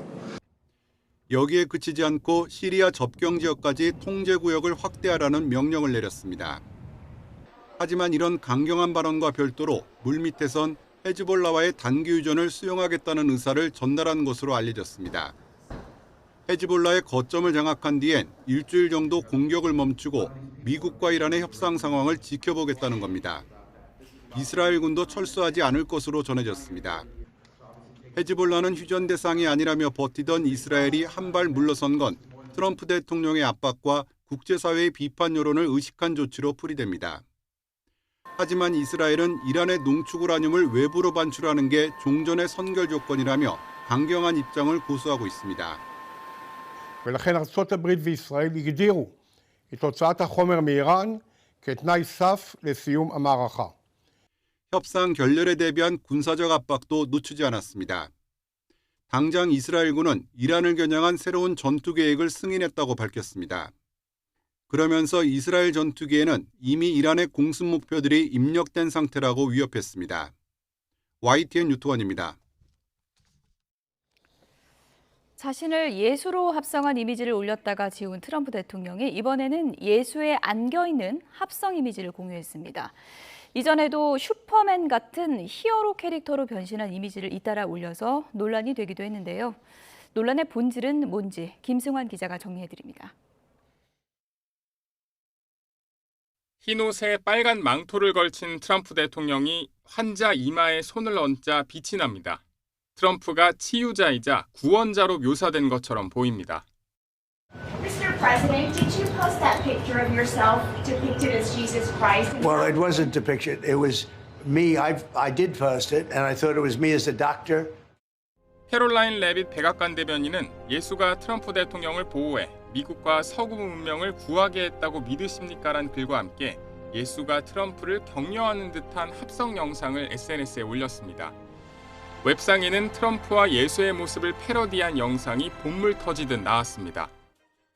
언론의 중심에는 항상 본인이 있어야 된다는, 자기가 항상 자신이 주목받아야 된다는, 항상 자기가 제1인자가 돼야 된다는 이런 부분에 대한 어떤 그런 의식이 굉장히 센 분이 아닌가. 트럼프 대통령을 특별한 존재에 빗댄 이미지 연출은 이번뿐만이 아닙니다. 백악관은 지난해 영화 슈퍼맨 개봉에 맞춰 트럼프를 이민자들로부터 미국을 구하는 슈퍼맨으로, 콘솔 게임 헤일로의 주인공을 합성해 전사 캐릭터 마스터 치프로 만들었습니다. 예수, 슈퍼맨, 마스터 치프. 종교적 구원자부터 대중문화 속 영웅까지 공통점은 하나입니다. 위기를 해결해줄 존재라는 겁니다. 대중이 영화 속 슈퍼 히어로에 열광하듯 대통령의 이미지를 소비하게 하려는 전략이라는 해석이 나옵니다. 메시아의 어떤 리더십을 강조하기 위해서 저런 것을 했던 것 같은데, 이것은 좀 어떤 전쟁의 정당화를 좀 주장하기 위해서, 그러니까 악에 맞서서 평화를 수호하는 모습을 그리기 위해서. 워싱턴 포스트는 트럼프의 예수 현상 AI 이미지를 치유자, 구원자, 권위자의 상징을 한꺼번에 덧씌운 과잉된 자기 연출이라고 비판했습니다. 정책과 성과로 평가받는 선출 권력이 아니라 비판을 넘어선 비범한 존재로 인식되길 원한다는 점에서 국가 지도자가 스스로를 구원자로 바라보는 시각은 위험하다는 지적이 나옵니다. YTN 김승환입니다. 이란 전쟁 포화 속에 미국과 유럽의 관계가 사실상 파탄 국면에 접어들었습니다. 트럼프 2기 출범 직후부터 이어진 동맹 경시 정책이 이번 이란 전쟁을 계기로 폭발했는데요. 유럽은 이제 미국 없는 독자 노선을 선언했습니다. 권영희 기자입니다. 유럽 내 우파 동맹의 핵심 축이었던 조르자 멜로니 이탈리아 총리가 변했습니다. 이달 갱신 예정이었던 이스라엘과의 방위 협정을 연장하지 않기로 공식 발표했습니다. 20년간 이어온 군사기술 교류의 연결고리를 끊어버린 건 전쟁을 확대하는 이스라엘과 이를 압박하는 미국에 대한 결별 선언으로 풀이됩니다. Però quando si è amici e quando si ha degli alleati, particolarmente se sono strategici, bisogna anche avere il coraggio di dire quando non si è d'accordo. 사실 미국과 유럽의 균열은 트럼프 2기 정부 출범 직후부터 예견됐습니다. 끊임없는 나토 탈퇴 위협과 방위비 압박 속에 쌓인 불씨는 이번 이란 전쟁 국면에서 참전 요구라는 무리수로 이어지며 결국 폭발했습니다. 유럽의 반란은 이제 조직화되고 있습니다. 영국과 프랑스는 현지 시간 17일 호르무즈 해협의 항행 안전을 논의하기 위한 국제회의를 소집했습니다. 미국의 군사작전과는 별개로 유럽의 자산을 투입해 직접 물류길을 열겠다는 구상입니다. We have to acknowledge that this war wasn't our war, but my job is to protect the UK. It's already had an impact on the UK, and it's very important that we get the Strait of Hormuz open. 전문가들은 유럽이 더 이상 미국의 지시를 기다리지 않고 지역 생존권을 스스로 챙기기 시작했다고 분석합니다. I think the question, though, is should they, or is it better that a local regional force is used to protect their own interests? 상황이 이렇지만 트럼프 대통령은 나토를 종이 호랑이라 부르며 동맹국들을 향해 조롱 섞인 독서를 멈추지 않고 있습니다. Then I call up France, Macron, whose wife treats him extremely badly, and he's still recovering from the right to the job. 미국과 이스라엘의 이익을 위해 희생을 강요받던 유럽이 독자 생존을 선택하면서 미국과 유럽은 파국 위기를 맞고 있습니다. 호르무즈 회의는 미국 없는 유럽이란 새로운 국제 질서가 공식화되는 결정적 분수령이 될 전망입니다. YTN 권정입니다. 유럽이 전쟁 이후에 미국을 제외하고 호르무즈 해협 해상 운송을 정상화하기 위한 계획을 세우고 있다고 월스트리트 저널이 현지 시간 15일 보도했습니다. 월스트리트 저널에 따르면 유럽 주요국은 호르무즈 해협을 재개방하고 원활한 해상 운송을 뒷받침하기 위해 광범위한 국가 연합을 구성하는 방안을 검토하고 있습니다. 이번 연합 계획에서 전쟁 당사자인 미국과 이스라엘, 이란은 제외될 것으로 보이며 유럽 함정들은 미국의 지휘를 받지 않을 것이라고 유럽 외교관들이 월스트리트 저널에 전했습니다. 전 세계 에너지 수송량의 20%가 오가는 호르무즈 해협을 사실상 봉쇄 중인 이란이 미국의 제한적인 해협 개방을 제의한 것으로 알려졌습니다. 로이터 통신은 현지 시간 15일 이란 측 입장에 정통한 소식통을 인용해서 이란이 최근 협상에서 이 같은 내용을 제안했다고 보도했습니다. 소식통에 따르면 이란은 향후 충돌 재발을 방지하기 위한 합의가 성사될 경우 호르무즈 해협 내 5만 영해를 지나는 선박은 공격하지 않겠다는 입장을 밝힌 것으로 전해졌습니다. 이 같은 제안은 최근에 몇 주간 호르무즈 해협에 대한 주권 행사를 강력히 주장해온 이란이 기존 입장에서 물러나 처음으로 내놓은 가시적인 조치로 주목됩니다. 정부가 정유사들의 대체 원유 확보를 지원하기 위해 석유 수입 부과금 환급 요건을 완화하고 환급 한도를 늘리기로 했습니다. 양기욱 산업통상부 산업자원안보실장은 중동 상황 브리핑을 열고 이달부터 6월까지 다변화 원유 도입량에 대해서는 물량 기간 횟수 제한이 없이 환급 요건을 넓히기로 했다고 밝혔습니다. 전쟁과 관계없이 수급 다변화를 위해 상시 지원하는 방안도 검토하고 있다고 설명했습니다. 이란 전쟁 장기화로 나프타에서 오는 합성 수지 원료 가격이 급등하면서 관련 업계의 부담이 커지고 있습니다. 병원과 약국, 일선 의료계 전반에도 소모품 수급 우려가 번졌는데요. 현장에 나가 있는 취재기자 연결합니다. 김민성 기자. 네, 전북대병원에 나와 있습니다. 네, 지금 김 기자 뒤에 보이는 게 의료 소모품인 것 같은데 이 병원도 이란 전쟁 영향을 받게 된 겁니까? 예, 그렇습니다. 제가 나와 있는 이곳은 병원에서 쓰는 의료 소모품을 보관하고 있는 전북대병원의 물류 창고입니다. 네, 잠깐 이쪽 보실게요. 모두 일회용품이죠. 이런 의료용 장갑이나 또 수액 세트 같은 소모품이 매일매일 채워지고 또 매일매일 병동으로 이동하는, 말하자면 이곳은 병원 물류의 심장 같은 기능을 하는 곳입니다. 의료 소모품도 나프타 같은 석유 화학 원료로 만들기 때문에 이란 전쟁에 영향을 받습니다.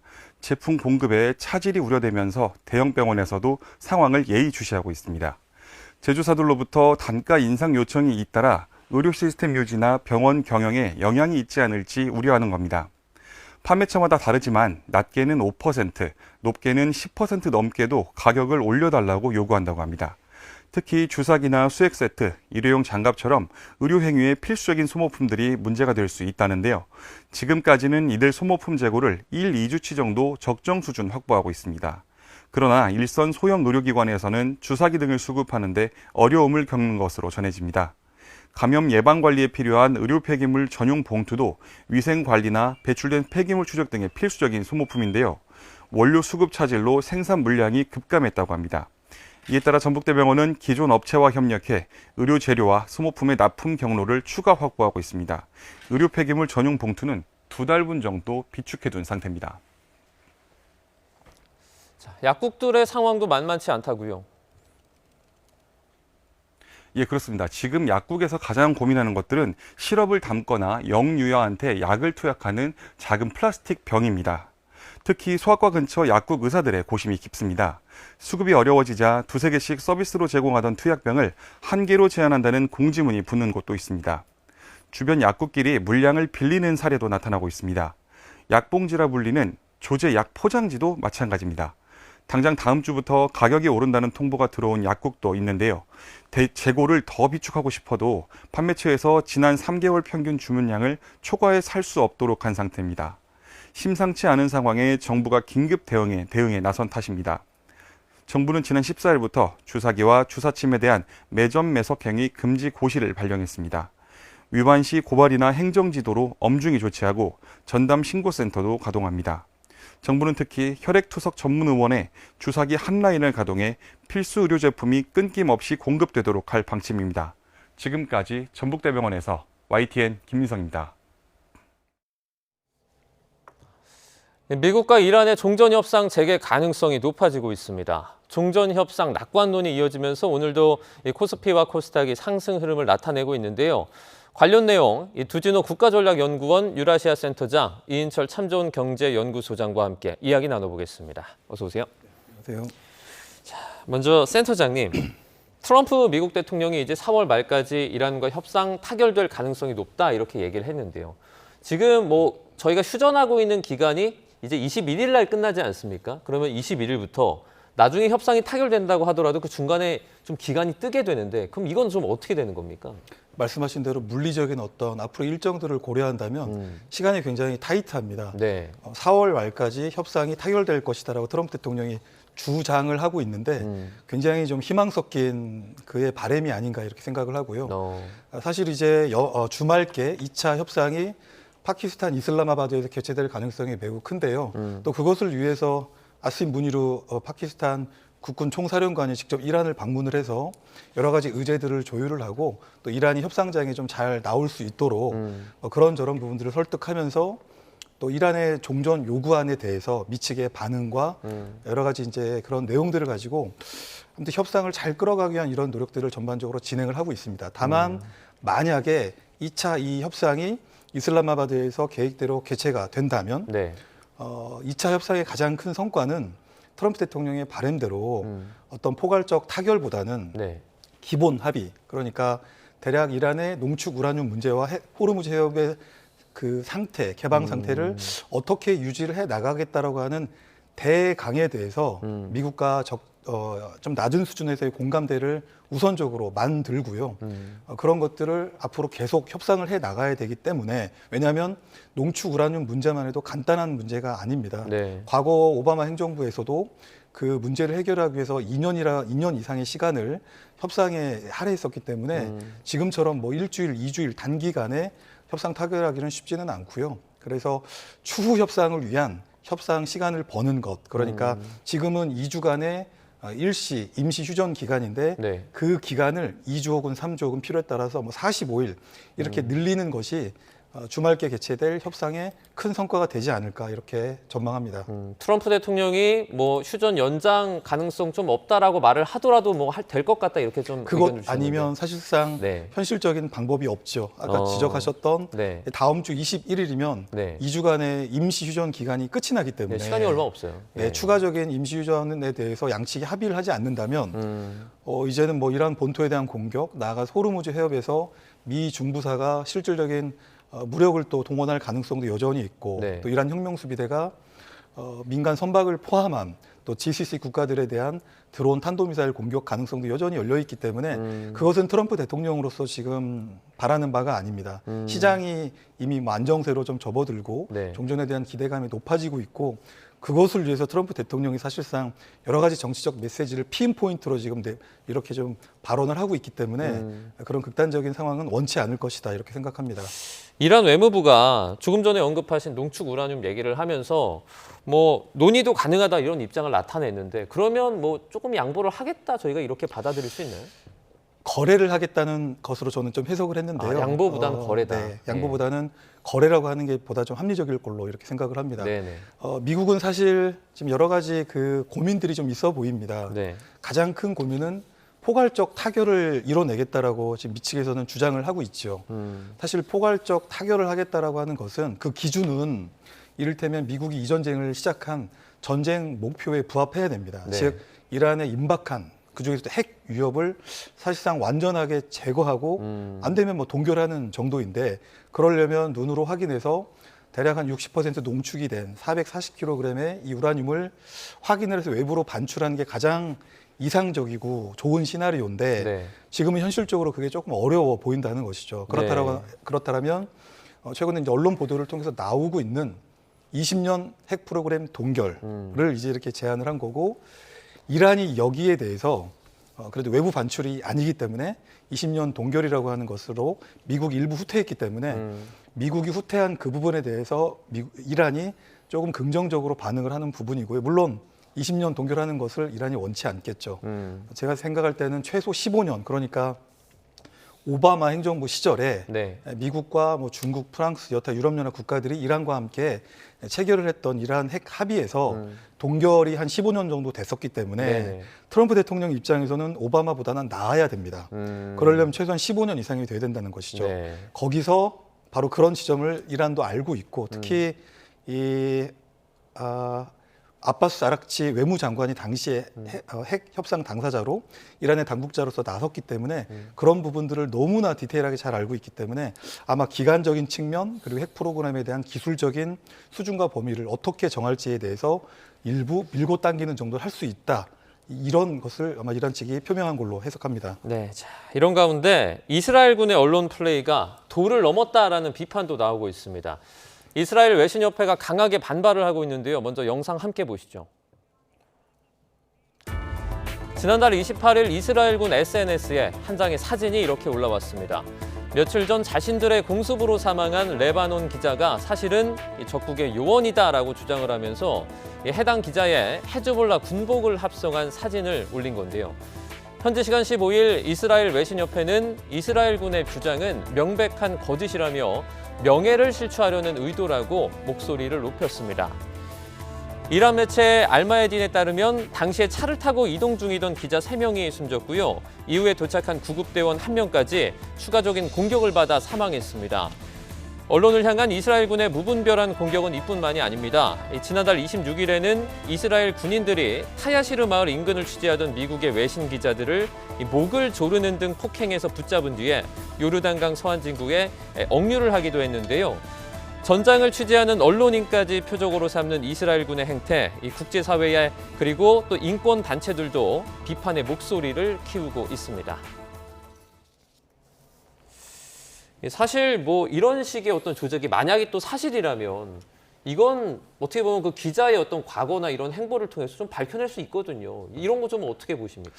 이스라엘군이 그 사실은 하마스 무장정파 전쟁부터 사실은 2023년부터 오늘에 이르기까지 네네. 거의 한 횟수로 한 4년에 걸쳐서 지금 전쟁을 하고 있습니다. 네. 그러다 보니까 살기 위한 전쟁, 상대를 좀 경멸하기 위한 이런 전쟁. 그래서 그 전쟁에는 어떤 도덕, 전쟁법은 이제 사라진 것이고 오로지 목적 달성을 위해서 이렇게 하다 보니까 어떤 법 테두리 안에서 행하지 못하고 국제법을 어기고 그리고 전쟁과 무관한 이런 종군 기자들을 상대로 그리고 심지어 이제 레바논 남부에 있는 유니필 평화유지군을 상대로도 이렇게 무차별적인 공격을 이어가고 있는 것인데요. 네네. 이런 부분들은 사실은 국제사회가 납득하고 용인해서는 안 되는 그런 부분인데 이스라엘 스스로 어떤 자정작용이 필요한 부분이 분명히 맞는데 지금 뭐 이스라엘 사회 내부적으로 반전 여론보다 전쟁을 해야 된다라는 여론이 앞서다 보니까 그런 부분들도 이스라엘군의 영향을 좀 미치는 게 아닌가 이렇게 생각을 합니다. 자, 미국과 이란 종전 협상 기대 때문에 국내 증시죠. 코스피와 코스닥도 상승세를 이어가고 있습니다. 전쟁 자체는 사실 아직 끝나지 않았는데 지금과 같은 추세가 좀 이어질 거라고 전망하십니까? 전쟁이 사실 있기 전 2월 27일이 전고점이었어요. 코스피 6,300선을 찍었습니다. 네네. 6,347이었는데 전쟁 나면서 바로 고꾸라졌거든요. 그래서 아마 5,000선까지 위협하는 상황이었는데 어제 그리고 오늘 그리고 이달 들어서 좀 분위기가 반전되고 있는데요. 전쟁 리스크가 좀 완화되면서 안도 랠리를 펼치고 있습니다. 네. 오늘도 한 2% 내외로 오르면서 6,200선 내에서 움직이고 있는데요. 가장 특이한 건 반도체가 역시 주도주고요. 지금 SK하이닉스는 어제, 오늘 그리고 이제 사흘 연속 사상 최고가를 갈아치우고 있습니다. 지금 115만 원. 그리고 삼성전자는 21만 7천 원인데요. 삼성전자는 지금 전고점이 22만 8천 원 선이거든요. 네네. 전고점에 도달하지 않았지만 호재가 있었어요. 새벽에 이제 테슬라가 뉴욕 증시에서 7% 가까이 그 무거운 주식이 올랐는데 이유를 들어보면 자율주행차 그리고 휴머노이드 로봇에 자체 개발한 칩을 탑재할 수 있다. 만들었다, 개발했다라는 얘기인데 그 칩을 누가 만드느냐? 삼성전자가 만들고 패키징을 대만의 TSMC가 합니다. 그러다 보니까 이제 삼성전자의 고객 확보층이 점점점 넓어지고 있고요. 이렇게 또 하나 이제 수급이에요. 지난달까지 외국인이 유가증권 시장에서 40조 원 넘게 국내 주식을 내다 팔았습니다. 네네. 근데 이렇게 종전 기대감, 트럼프가 전쟁 고 끝난다라고 하니 적어도 협상하는 가운데 다시 한번 폭탄이 오가는 고성은 안 나가 있구나라는 이제 안도 랠리로 인해서 지금 외국인들이 이렇게 이달 들어서는 지금 최근 열흘 동안 이틀 제외하고 모두 사고 있어요. 오늘은 선물을 대규모로 이제 외국인들이 사들이고 있는데 외국인들이 선물을 사고 있다는 얘기는 우리 주식시장이 하락보다는 상승 쪽에 베팅을 하고 있다. 그래서 아마 이번 달 들어서 외국인들의 순매수 주로 반도체 투톱에 쏠려 있는데 거의 7조 원 넘게 사들이면서 이전과는 좀 달라졌고요. 국제유가 사실은 오늘 새벽에 조금 올랐어요. 네네. 이제 올랐는데도 불구하고 지금 시간의 거래에서는 서부 텍사스산 중진류 가격이 88달러까지 88달러까지 내려온 것도 일단 증시에는 긍정적으로 작용을 하고 있습니다. 지금 소장님 말씀 들어보면 일단 좀 긍정적인 호재들이 좀 많이 있는 것 같은데 그러면 이제 뭐 5천, 6천 넘어서 7천 코스피까지 좀 갈 수 있을 확률은 좀 얼마나 될까요? 그러니까 우리가 주로 주목했던 것들이 세 가지예요. 국내 증시가 연초부터 좋았던 이유는 일단은 유동성 랠리, 그다음에 두 번째 실적 장세, 세 번째가 정책 기대감이에요. 정부의 정책 기대감. 그런데 여기에 이제 전쟁이라는 외생 변수 때문에 조금 지연됐는데 우리가 이제 그동안 중동 전쟁의 어떤 패턴, 과거의 패턴을 보게 되면 전쟁 이후 4주 정도 지나게 되면 전쟁이라는 변수가 빠지게 되면 거의 V자형으로 급격하게 올라왔어요. 그게 바로 뉴욕 증시가 이미 S&P 500 지수는 전고점을 넘어섰어요. 사상 최고치를 갈아치우고 있고 나스닥은 거래일수로 10하루째 오름세를 보이면서 이렇게 지금 회복세를 보이니까 지금 코스피 이달이네 7,000건 사정권에 들어와 있다라는 리포트가 계속해서 이어지고 있습니다. 이달이요? 맞습니다. 네. 그러니까 이제 우리가 이제 이 실적은 굉장히 좋아졌어요. 내년 실적 전망치, 유가증권 시장의 상장사들의 실적 전망치가 한 1,000조 원을 예상하고 있는데 이걸 감안하게 되면 우리 국내 기업들의 밸류에이션이 상당히 바닥까지 좀 떨어져 있다라는 겁니다. 특히나 이제 주가 순자산 비율 12개월 선행 코스피 PBR을 보게 되면 한 1.4배 정도 수준인데 전 세계 평균 3.1배니까 절반 이하로 이제 저평가돼 있다라는 겁니다. 네네. 자, 이를 이유로 특히나 이제 이 코스피들의 이익 전망치를 기준으로 해서 적용해 보면 코스피가 7,100선에서 한 7,900선까지는 상승 여력이 좀 충분하다라는 거고요. 이런 이면에는 이제 반도체 슈퍼사이클이 자리 잡고 있습니다.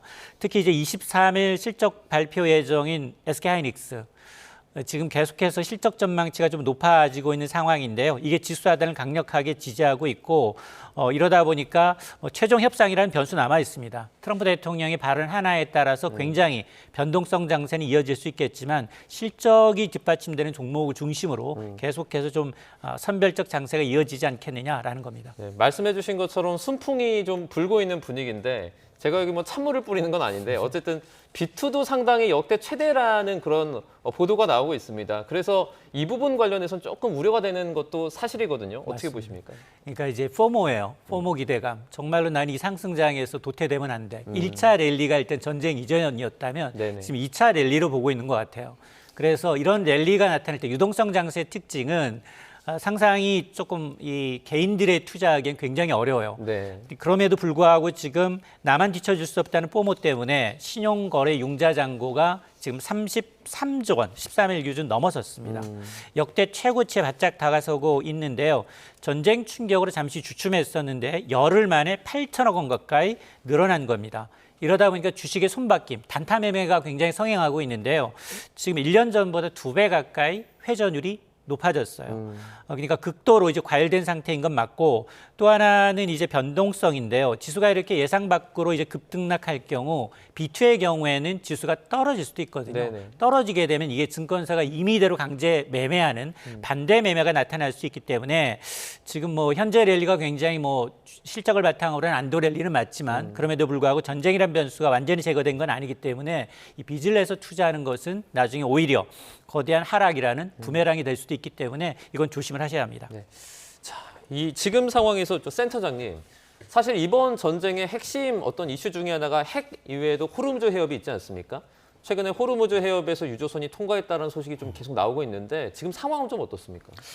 그러니까 일부 보도에 따르면 이란과 거래를 한 것으로 추정이 되는 그러니까 이란에 통행료를 지불을 한 아마 중국 선적이라고 하는 보도도 있고요. 네네. 어쨌든 일부는 좀 몇 척이 빠져나갔지만 대체로 미 중부사가 통제하고 있는 상태다 이렇게 좀 볼 수가 있을 것 같습니다. 그래서 오늘 한국 시간으로 새벽에도 이제 중부사가 일반 선적을 대상으로 5만만을 빠져나가지 않도록 네. 이제 일종의 이제 경고성 이렇게 통신을 보내는 그 무선 통신 내용이 공개가 됐는데요. 네. 실제 중부사가 물리력을 행사해서 구축함도 지금 이쪽 오만만 그리고 호르무즈 일부 대부분 페르시아만 쪽에 조금 들어가 있을 걸로 예상을 네네. 하는데 뭐 그 지역에 지금 군함이 15척, 많게는 20척 정도가 배치가 되어 있고 사실 군함만 배치가 되어 있는 게 아니고 아마 공중에서는 뭐 중고도 고고도 이 정찰 무인기, 감시 정찰 무인기들이 계속 떠서 이 호르무즈 해협과 그리고 오만만을 빠져나가는 그런 선적들에 대해서 계속적으로 감시를 하고 또 군함들은 그 배들이 빠져나가지 않도록 하는 이런 물리력을 행사하고 있는데 결과적으로 이 카드가 잘 먹히고 있는 겁니다. 그러니까 트럼프 대통령의 회심의 카드, 이란 혁명수비대의 호르무즈 해협 봉쇄에 대한 역봉쇄 카드가 먹히고 있고 그런 것들이 이제 뭐 주말께 예상이 되는 이런 2차 협상에 대해서도 이란이 함부로 호르무즈 해협 카드로 미국을 좀 이렇게 압도하지 못하도록 그래서 미국이 보다 유리한 어떤 위치에서 이런 협상을 준비해 나가는 데 있어서 적지 않은 긍정적인 영향을 미치고 있는 부분이 아닌가 이렇게 평가합니다. 근데 이게 의문이었던 게 이란이 미국에 그러니까 어떤 제한적인 해협 개방 제의했다 이런 보도가 나왔는데 그 경로가 이란 쪽이 아니라 오만 쪽이더라고요. 이건 이유가 있습니까? 그러니까 이제 지리적으로 보면 지금 화면에도 나오고 있는데요. 네네. 호르무즈 해협의 이 바다의 폭이 네. 아주 넓지가 않습니다. 네. 그러니까 대략 한 뭐 33km 내외인데 우리가 일반적으로 영해라고 한다면 12해리를 기준으로 합니다. 그러니까 12해리를 킬로미터로換算을 하면 대략 한 22.34km 정도가 되겠죠. 그러다 네네. 보면 오만만이나 이쪽 이란 안쪽으로 해협들이 겹칩니다. 그러니까 굉장히 위험성이 있죠. 이게 조금만 빗겨나가면 뭐 그 이란의 해협으로도 들어올 수 있고 네네. 그렇게 되면 이제 양측이 일촉즉발의 그런 긴장 상태로 들어갈 그런 소지들이 다분한데 제가 생각할 때 이것은 이란이 오만만 해협을 좀 일부 인정을 하는 부분은 호르무즈 해협에서 긴장 상태를 조금 낮추겠다. 그러니까 미치게 하고 있는 저런 행위들에 대해서 일부분 조금 배려를 하는 측면이 있는 겁니다. 이 또한 협상을 위해서 일부 좀 여건을 좀 부드럽게 긍정적으로 만들어가는 과정이 아닌가 이렇게 생각합니다. 네, 알겠습니다. 오늘 여기까지 듣도록 하겠습니다. 중동 사태와 경제적인 어떤 이슈들까지 저희가 자세하게 짚어봤습니다. 두진호 국가전략연구원 유라시아 센터장, 이인철 참좋은 경제연구소장과 함께했습니다. 고맙습니다.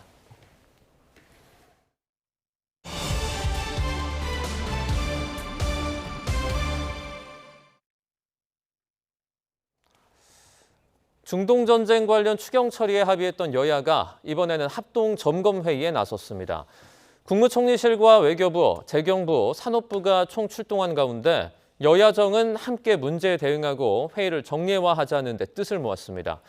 국회 연결합니다. 김철희 기자. 네, 국회입니다.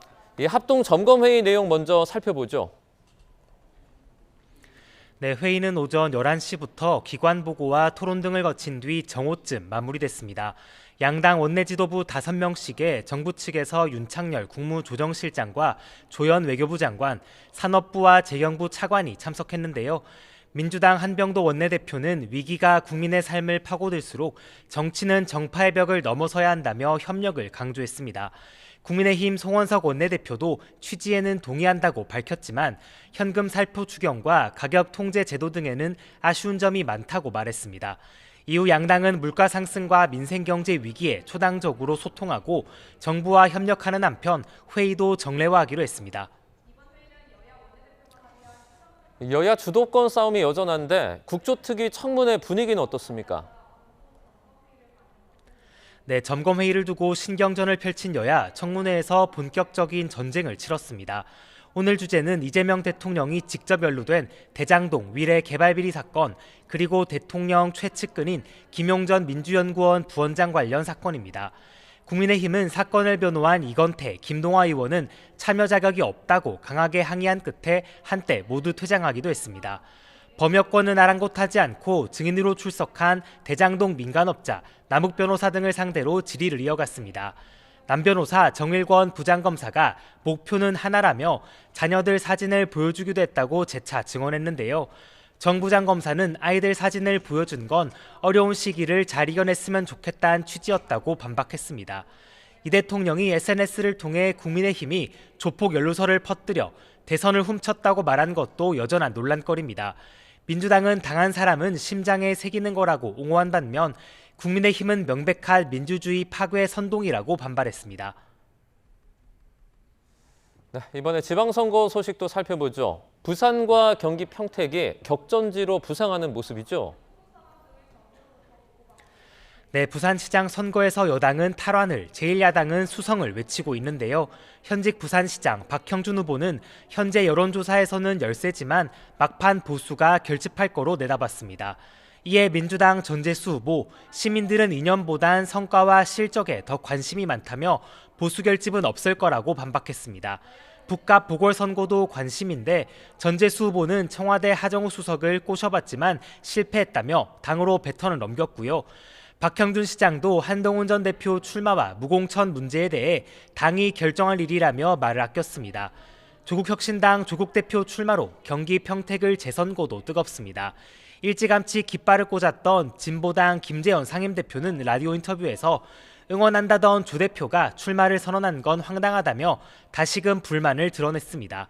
그러자 조국 대표는 안타깝긴 하지만 우리는 다른 당 아니냐, 그것이 현실 정치라고 딱 잘라 말했습니다. 지금까지 국회에서 전해드렸습니다. 이재명 대통령에 대한 허위 사실을 유포한 혐의 등을 받는 유튜버 전한길 씨가 구속의 갈림길에 섰습니다. 취재기자 연결해서 자세하게 알아보도록 하겠습니다. 최승훈 기자, 전 씨의 영장심사 진행 중이죠? 네, 서울중앙지방법원은 오전 10시 반쯤부터 전 씨에 대한 구속 전 피의자 신문을 진행하고 있습니다. 앞서 오전 10시쯤 법원에 출석한 전 씨는 자신은 그동안 법 없이 살아왔다며 본인에게는 구속 사유가 없다고 주장했습니다. 전 씨는 이재명 대통령이 160조 원 규모의 비자금과 군사기밀을 중국에 넘겼다는 한 남성의 주장을 유튜브 방송에 내보내는 등 허위 사실을 유포한 혐의를 받습니다. 또 개혁신당 이준석 대표가 미국 하버드대에서 경제학을 복수 전공한 건 거짓이라고 주장했다가 고소고발되기도 했습니다. 앞서 지난 2월 12일 전 씨를 처음 소환한 경찰은 세 차례 조사 끝에 지난 10일 전 씨에 대한 구속영장을 신청했습니다. 전 씨가 이 같은 주장이 담긴 영상으로 수천만 원의 수익을 올린 것으로 조사됐다고요? 네, 경찰은 전 씨의 유튜브 후원 계좌 내역 등을 분석하고 전 씨가 허위 사실이 담긴 영상 6개를 통해 3천만 원대 수익을 올린 정황을 포착했습니다. 경찰은 이를 바탕으로 전 씨가 수익금을 목적으로 허위 사실을 유포했다고 판단한 것으로 보입니다.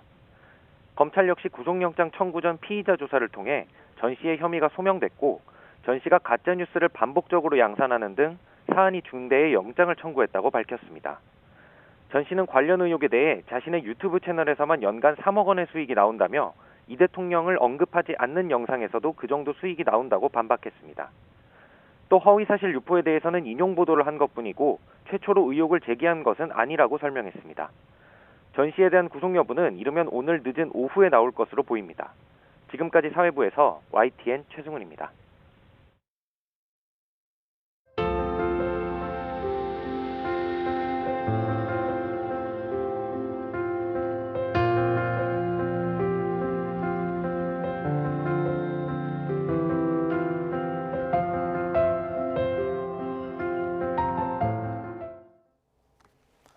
오늘은 304명이 희생된 세월호 참사가 발생한 지 12년 되는 날입니다. 전국 곳곳에서 희생자들을 기리는 추모 행사가 이어지고 있는데요. 현장에 취재기자들이 나가 있습니다. 먼저 오선열 기자. 네, 세월호 선상추모식 경비 함정에 나와 있습니다. 네, 정영수 기자는 어디죠? 네, 경기 안산시 화랑유원지입니다. 먼저 오선열 기자, 경비 함정이 선상 추모식을 마치고 다시 육지로 돌아가고 있는 거죠? 네, 그렇습니다. 조금 전 진도 맹골수도 해역에서 선상 추모식을 마쳤습니다. 지금은 전남 목포로 귀향하고 있는데요.